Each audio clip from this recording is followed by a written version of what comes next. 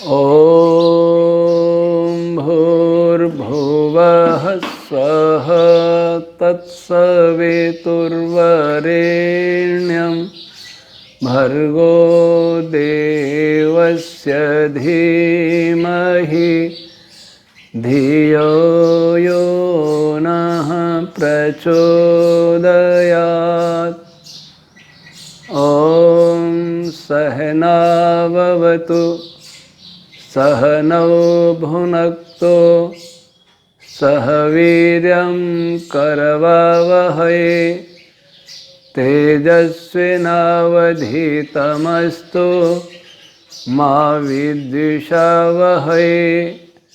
ॐ शान्ति शान्ति शान्तिः। प्रिय श्रोतागण, हम पिछले सप्ताह विभिन्न छंद रश्मियों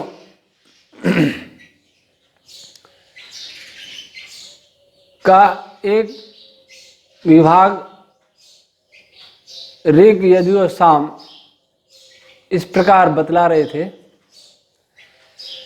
यह वैदिक सृष्टि उत्पत्ति विज्ञान नामक 7वां अध्याय है और अभी हम पृष्ठ 169 पर पूर्व पीठिका के चल रहे हैं। अब इन सभी छंद रश्मियों का एक अन्य प्रकार से वर्गीकरण किया गया है और यह वर्गीकरण सबसे अधिक प्रसिद्ध है।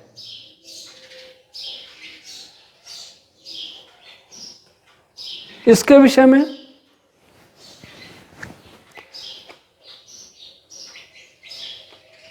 ऋषियों का कथन है, सप्त छंदांसी तैतरी संहिता 2462, जैमिनी ब्राह्मण 186, शतपथ ब्राह्मण 9528। उधर अन्य ऋषियों ने भी लिखा सप्तवै छंदांसी, मैत्राणी संहिता 111-8, काटक संहिता 14-8, कपिठ संहिता 35-7, कौशितकी ब्राह्मण 14-5, शांखायन आरण्यक 2-6। वस्तुतः इस संपूर्ण ब्रह्मांड में अनंत रश्मियां विद्यमान हैं और वे अनंत रश्मियां मुख्य रूप से 3 श्रेणियों में विभाजित हैं, छंद रश्मियां ऋग यजु साम, और दूसरा विभाजन है वो 7 प्रकार से है। तो ये ऋषि कहते हैं कि 7 छंद रश्मियां 7 प्रकार की होती हैं। कौन कौन सी 7 हैं? गायत्री, उष्णिक, अनुष्टुप, बृहति, पंक्ति, त्रिष्टुप और जगति। इन 7 छंदों के भी अलग अलग और विभाजन हैं जिनकी चर्चा बाद में करेंगे, परंतु यह बता दें कि हर गायत्री या हर उष्णिक, हर अनुष्टुप, ये सभी प्रकार की जो छंद रश्मियां हैं वो पुनः 8 प्रकार से विभाजित हो सकती हैं। दैवी, आसुरी, प्राजापत्या, याजुषी, सामनी, आर्ची, आर्षी और ब्राह्मी। तो सबसे पहले हम गायत्री छंद रश्मि के विषय में चर्चा करते हैं। गायत्री के विषय में सबसे अधिक चर्चा लोक में होती है क्योंकि प्रसिद्ध गायत्री मंत्र जो है उसका प्रचार बहुत अधिक हुआ है और उसी मंत्र के कारण गायत्री शब्द भी बहुत लोग जानते हैं। ओम भूर्भुवः स्वः ये व्याहृति हैं, तत्सवितुर्वरेण्यं भर्गो देवस्य धीमहि धियो यो नः प्रचोदयात्, ये गायत्री छंद है। और ओम भूर्भुवः स्वः एक अलग छंद है, दोनों मिल गया। इन दोनों को मिलाकर के एक अलग छंद बन जाता है। तो हम यहाँ गायत्री से अर्थ करेंगे, गायत्री से ग्रहण करेंगे तत्सवितुर्वरेण्यम, और इसी प्रकार के जो भी है इसका भी एक नियम, इसके भी नियम होते हैं। कैसे पहचान हो कि कौन सा छंद गायत्री है, कौन सा औष्णिक है, कौन सा अनुष्टुप है, कौन सा त्रिष्टुप है, अक्षरों की संख्या से पहचाना जाता है। अब गायत्री के विषय में महर्षि यास्कर निरुक्त में लिखते हैं 7:12 में, गायत्री गायते स्तुति कर्मण त्रिगमना व विपरीता गायतो मुखा दुध पतदिति ब्राह्मणम। निरुक्त में अनेक ब्राह्मण वचनों को उद्धृत किया गया है। अब यहां भी लिखा है ब्राह्मणम, ये किसी ब्राह्मण ग्रंथ का वचन महर्षि यास्क जी महाराज ने उद्धृत किया है। किस ब्राह्मण का है, किस ब्राह्मण ग्रंथ का है, ये इन्होंने नहीं दर्शाया है। ब्राह्मण ग्रंथों की रचना, ब्राह्मण ग्रंथ असल में वेद व्याख्यान ग्रंथ हैं। वेद को समझने की जो शैली ऋषियों ने एक आविष्कृत की, वह शैली ब्राह्मण कहलाई। और पहले यह शैली प्रवचन परंपरा से भारत में चली आ रही थी। उस समय की बात करूं तो ब्राह्मण ग्रंथों के प्रवचन काल बहुत पुराना है, तो भारत ही नहीं, यह विश्व की परंपरा थी। क्योंकि महर्षि दयानंद जी ने सत्यार्थ प्रकाश में लिखा है, महाराज युधिष्ठिर के रासु यज्ञ में महर्षि उद्दालक को श्री कृष्ण भगवान अमेरिका से लेके आए थे, पाताल देश से। पाताल कहते हैं उस, पहले उसको पाताल देश कहते थे। पद तले जो देश है वो पाताल। जैसे हमारे भारत के ठीक नीचे अमेरिका देश है, पृथ्वी के इस गोलार्ध के दूसरी ओर। तो इससे स्पष्ट होता है कि ऋषि सबके हैं। विभिन्न मत मजहब बन गए, वो बहुत बाद में बने। महाभारत के समय कोई मत मजहब नहीं था, सभी वैदिक मतावलंबी थे। चाहे वो देव हों, असुर हों, मनुष्य हों, नाग हों, किन्नर हों, गंधर्व हों, वानर हों, सभी वेद मतावलंबी थे। वेद सभी पढ़ते थे।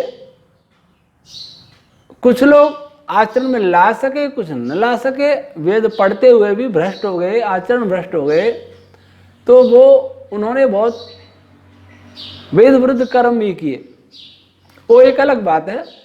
लेकिन कोई अन्य संप्रदाय नहीं था। तो ब्राह्मण ग्रंथों का प्रवचन भी संपूर्ण भूमंडल में होता रहा, लिखा नहीं गया।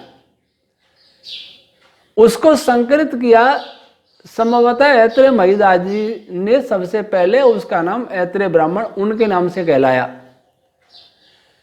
उनके ऐत्रेय ब्राह्मण में भी अन्य ऋषियों के भी वचन हैं, और उन ऐत्रेय ब्राह्मण को पढ़ने से यह संकेत मिलता है कि ऐत्रेय ब्राह्मण से पहले भी ब्राह्मण थे।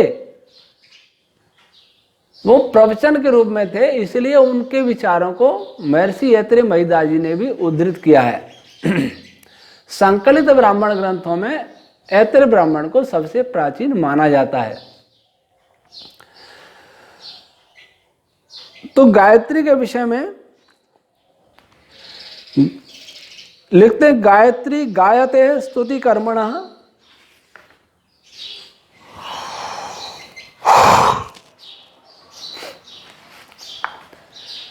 जो लोक भाषा में जिसको हम गाना कहते हैं, उसका ही आदि दैविक अर्थों में गाने का अर्थ है चमकना, प्रकाशित होना। स्तुति कर्मणा का एक और अर्थ अगर हम ले लें आध्यात्मिक, वैसे आध्यात्मिक हम ले नहीं रहे कहीं भी, लेकिन ये इतना बता रहा है कि इस संसार में सबसे अधिक जप का विधान कहीं हुआ है किसी मंत्र का, तो गायत्री मंत्र का ही हुआ है। गायत्री मंत्र तो बहुत है, विश्वान देव सवितर दूरिताने पर, यह भी गायत्री मंत्र है। समिधाग्निम दोवस्य तक घृतैवोर्धय, यह भी गायत्री है। लेकिन तत्सवितुर्वरेण्यम जो गायत्री है, इसका ही संसार में सबसे अधिक प्रचार रहा, इसी के जप की सबसे अधिक परंपरा रही। भगवान मनु जी ने मनुस्मृति में, जो सृष्टि का आदिकाल का ग्रंथ है, उसमें व्याहृति पूर्वक गायत्री के जप का विधान किया है। तो वो यह मंत्र है। तो स्तुति, ईश्वर की स्तुति करने में यह प्रधान मंत्र है, मुख्य मंत्र है। लेकिन हम आदिदेवी करेंगे तो इससे दूसरा एतद्धि गायत्री छंद आशिष्ठम शतपथ ब्राह्मण 8-2-3-9। गायत्री में प्रातः सवनम संपद्यते जैमिनीय ब्राह्मण 2-101। ज्योतिर्वई गायत्री तांडी महाब्राह्मण 13-7-2।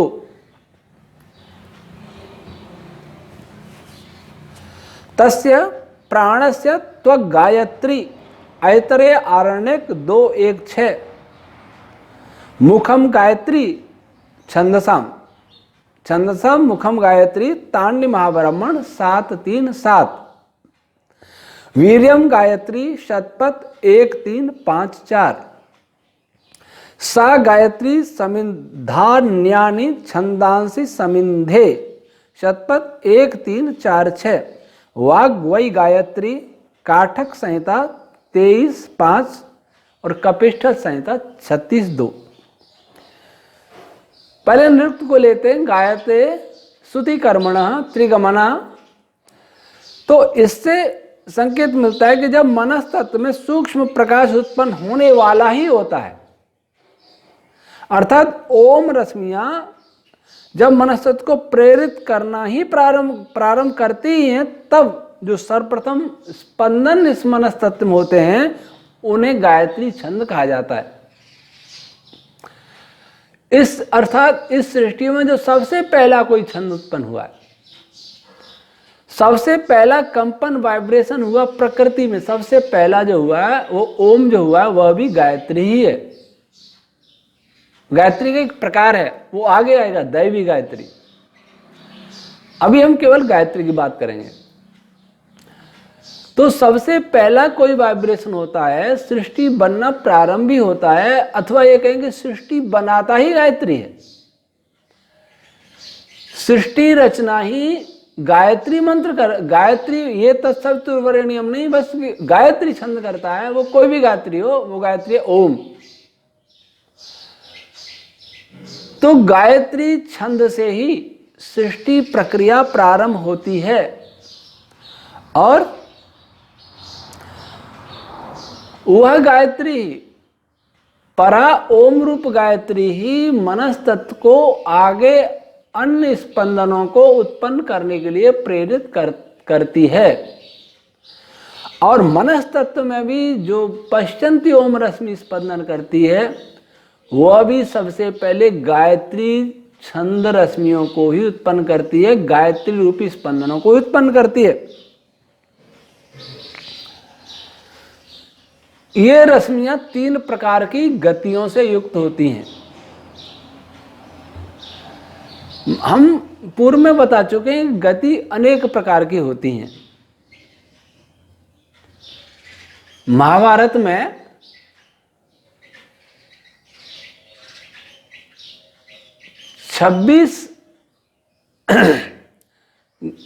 या लगभग 100 गतियों के बारे में चर्चा की है, लेकिन शायद 12-13 गतियों के नाम भी बताए हैं। मैं उस प्रकरण को यहां आपको भी साझा करना चाहता हूं, जो महाभारत में आया है। रश्मियां सुन सुन के आप भी बहुत थक जाते हैं, तो महाभारत का प्रकरण के माध्यम से बताता हूं कि गति कैसे कई प्रकार की होती हैं। हालांकि उसे बहुत सहायता नहीं मिलेगी, लेकिन आपका भी एक थोड़ा मन हल्का भी हो जाएगा।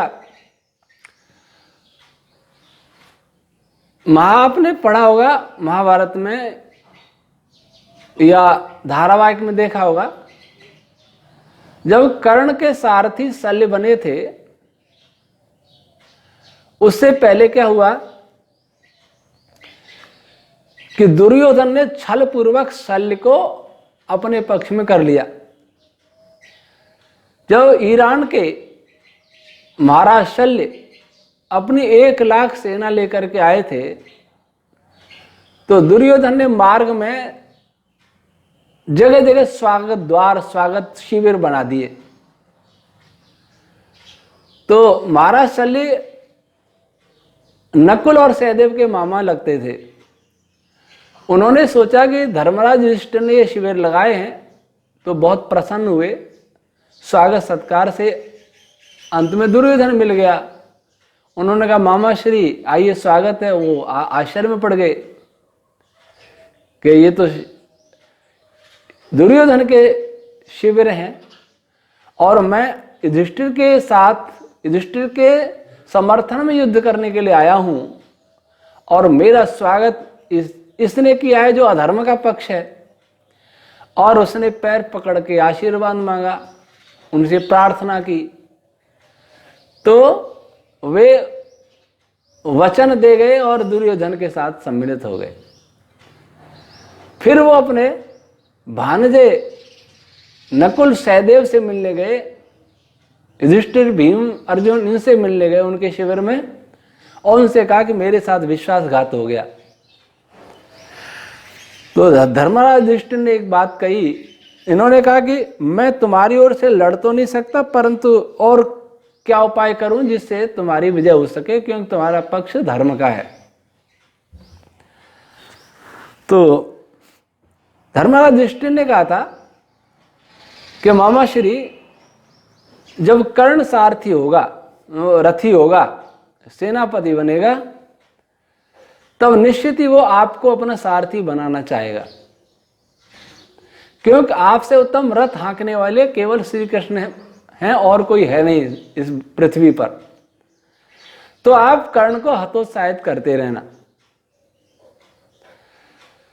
तो जब युद्ध में कर्ण सेनापति बना, तो महाराज शल्य बार बार ये कह रहे थे, जब वो कर्ण कहता कि मेरा रथ अर्जुन के सामने ले चलो, तो वो कहते कि अर्जुन के सामने क्यों जा रहे हो, और मैं तो तुम्हें बचाए फिरता हूं,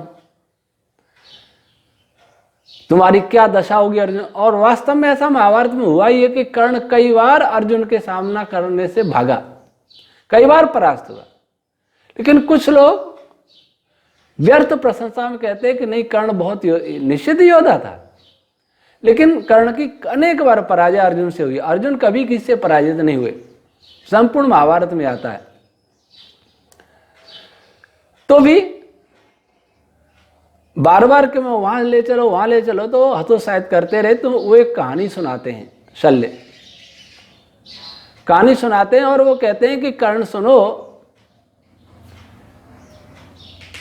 कि एक सेठ के यहाँ बहुत सारे कौवे भोजन करते थे, जूठन खाते रहते थे, और खाके एक कौवा बहुत मोटा तंदुरुस्त हो गया। उसे बहुत अहंकार था कि मैं बहुत शक्तिशाली हूं, मेरी उड़ान बड़ी लंबी है। तो सारे कौवे बैठे यहाँ जूठन खा रहे थे, ऊपर से एक हंस जा रहे थे। हंस जा रहे थे तो वो जो कौवा था सबसे मोटा हो गया था, वो हंसों को देख हंसने लगा कि इन पर उड़ना ही नहीं आता। हंसों ने सुन लिया, तो एक राजहंस ऊपर से नीचे आया और कौवे से बोला कि तू हमें देख कैस रहा है। तो कौवा बोला मैं तुमसे ज्यादा तेज उड़ सकता हूं। तो हंस ने कहा कि देखो हम तो राजहंस हैं, बहुत लंबी यात्रा करते, समुद्री यात्रा भी करते, तू यहाँ जूठन खाने वाला कौवा है, तू हमारी बराबर नहीं उड़ सकता है। तो उन्होंने कहा कि नहीं, उड़ के देख लो। तो वो कौवा उनके साथ उड़ने के लिए प्रतियोगिता के लिए तैयार हो गया। अब हंस उड़ते उड़ते कौवे को समुद्र के किनारे ले गया, समुद्र के ऊपर ले गया। जैसे ही समुद्र आया, कौवे के पंख थकने लगे और हंस तो आराम से जा रहा। कौआ पंख थके तो कौआ नीचे गिर। कौए ने कहा था कि अरे हंस तू कितनी गति जानता है, एक ही तरह की चाल चलता है, मैं तो 100 गति जानता हूं, 100 प्रकार की चाल चलता हूं, 100 प्रकार से उड़ता हूं। तो कौआ नीचे गिरा और समुद्र के पानी में पंख फड़फड़ाने लगा। अब हंस ने ऊपर से देखा तो कौए के पास आया और कहने लगा कि कौआ, तेरी जो 100 चाल है, ये कौन सी चाल है जो पंख फड़फड़ाते हुए थक रहा है, डूब रहा है, ये कौन सी चाल है उनमें से? तो कौए ने कहा कि भाई हंस, मुझसे गलती हुई, मैं तेरी बराबरी कहाँ कर सकता हूं, अब तो तू मुझे अपनी पीठ पे बिठा के वहीं छोड़ आ सेठ के यहाँ। तो हंस वहीं छोड़ के आया। तो उसमें जो कौआ जो उड़ा है, कभी तिरछा उड़ता, कभी ऊपर जाता, कभी दाएं बाएं जाता, कभी चक्कर काटते हुए जाता, ऐसे करके लगभग 12-13 तो गतियों के नाम भी दिए। और फिर इस प्रकार का ऐसी 100 गतियां जानता हूं। प्रकरण वो अलग है, वो इतिहास का प्रकरण है, लेकिन हमें यह देखना है कि 10-12 प्रकार की गतियां कौए ने कैसे उड़ी, और बाकी कहा कि 100, बस 100 के नाम नहीं दिए।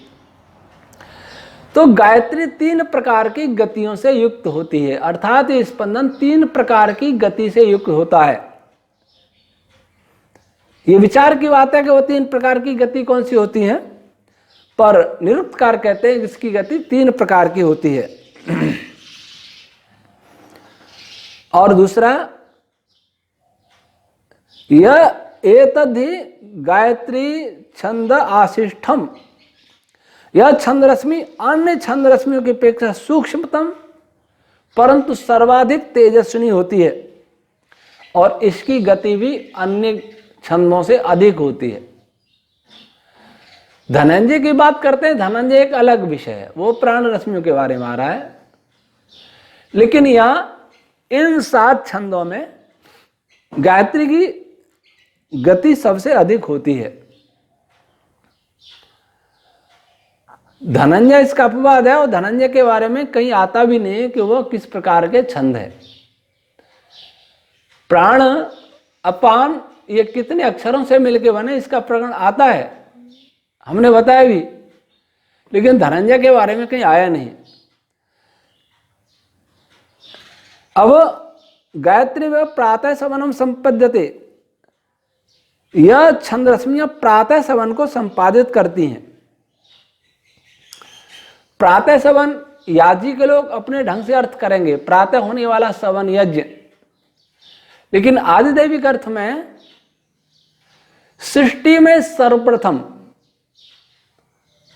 जो रश्मियां उत्पन्न होती हैं, सर्वप्रथम जो यज्ञ संयोग वियोग प्रारंभ होता है, वो इन्हीं में होता है।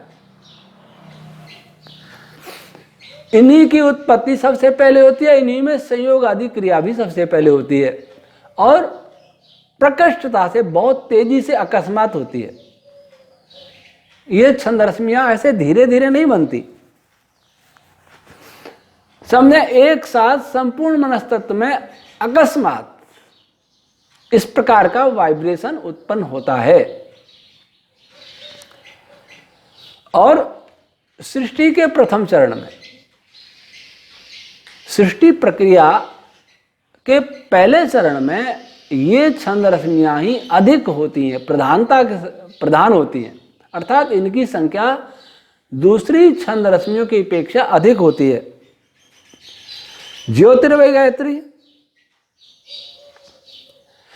इन प्रकाश की उत्पत्ति जहां भी है, उसमें इन 7 छंदों में सबसे अधिक प्रधानता गायत्री की ही होती है। जहां भी प्रकाश है, चाहे वो मंद प्रकाश है, चाहे वो तीव्र प्रकाश है, प्रकाश में सबसे अधिक मात्रा गायत्री की ही होती है। और प्रकाश उत्पन्न करने में भूमिका भी सबसे पहली गायत्री की ही होती है। आचार्य पिंगल ने, जिन्होंने छंद शास्त्र लिखा है, उसमें विभिन्न छंद रश्मियों के प्रकाश के रंग भी बतलाए हैं। जो लोग इनको केवल छंद ऐसा मानते हैं कि बस इतने अक्षर हैं, अमुक प्रकार से गाया जाता है, अमुक स्वर में गाया जाता है, यही छंद है। लोग व्यंग करते थे, अब तो नहीं करते हैं, और पीछे करते होंगे तो पता भी नहीं कि गायत्री का भी रंग होता है, नुस्खा भी रंग होता है, छंदों का रंग होता है, क्या छंद पदार्थ होते हैं। जैसे कोई हिंदी में कह दे कि दोहे का अलग रंग है, सोरठे का अलग है, और किसी का अलग है। उनको छंद शास्त्र पढ़ना चाहिए। बिना पढ़े कोलाहल करना विद्वानों का काम नहीं। पिंगल छंद शास्त्र 6:365 में लिखा, सित सारंग पिशंग कृष्ण नील लोहित गौरा वर्णा, ये सातों छंदों के क्रम से रंग है। तो गायत्री का छंद, गायत्री छंद पहला है तो उसका रंग सित, श्वेत रंग है। और श्वेत वर्ण कैसा? चंद्रमा जैसा। ऐसा रंग गायत्री छंद से उत्पन्न होता है, गायत्री छंद का ही है। वर्तमान विज्ञान जो छंदों के विषय में कहता है, वो रंगों के विषय में इस प्रकार से व्याख्या करता है कि सूर्य के प्रकाश में 7 रंग हैं। जब सूर्य का प्रकाश किसी ऐसे पदार्थ पर पड़ता है जो लाल रंग को अवशोषित नहीं करता, बाकी सबको अवशोषित कर लेता है, तो लाल रंग परावर्तित होकर के हमारी आंखों में आता है तो वस्तु लाल दिखाई देती है। जब कोई वस्तु नीले वर्ण को, नीले रंग को अवशोषित नहीं कर पाती, बाकी को कर लेती है, तो वस्तु नीली दिखाई देती है। जब कोई वस्तु हरे रंग को अवशोषित नहीं कर पाती, बाकी को अवशोषित कर लिए, तो वस्तु हरी दिखाई देती है। ऐसे रंग बनते हैं। और वह वस्तु सभी रंगों को अवशोषित कर लेती है तो वस्तु काली दिखाई देती है। और वह वस्तु किसी भी रंग को अवशोषित नहीं करती, सबको परावर्तित कर देती है, तो वस्तु श्वेत दिखाई देती है, सफेद दिखाई देती है। तो सूर्य के प्रकाश का रंग भी श्वेत, इसलिए उसमें 7 रंग है, ऐसा वर्तमान विज्ञान मानता है। लेकिन अगर मैं ये पूछूं कि निश्चित फ्रीक्वेंसी की, वैसे लाल रंग में भी असंख्य प्रकार के स्तर हो सकते हैं, कम लाल, उससे कम लाल, उससे कम लाल, उससे अधिक लाल, उससे अधिक लाल, उससे, इसमें कई विभाजन हो सकते हैं। एक रेंज है लाल रंग की इलेक्ट्रोमैग्नेटिक वेव्स की फ्रीक्वेंसी, हरे की, नीले की, पीले की, बैंगनी की, इनकी सबकी अलग अलग है फ्रीक्वेंसी। लेकिन वो फ्रीक्वेंसी एक रेंज है, उस फ्रीक्वेंसी में भी कई अन्य फ्रीक्वेंसी हो सकती हैं। एक रेंज दिया कि इतने में से इतने तक ये लाल दिखेगा, इतने में से इतने पीला दिखेगा, इतने से इतने तक नीला रहेगा। लेकिन उस रेंज के बीच में भी तो कई प्रकार की फ्रीक्वेंसी हो सकती है, कोई भी फ्रीक्वेंसी हो सकती है। तो उनके रंगों में भी अंतर होगा, जिसको हम आंखों से देख पाना कठिन होगा।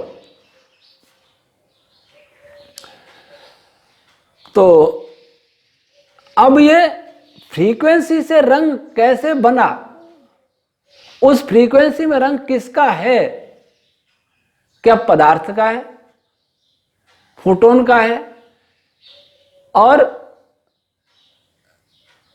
कैसे रंग का परिवर्तन होता है फ्रीक्वेंसी बदलने से, ये विज्ञान में स्पष्ट नहीं है।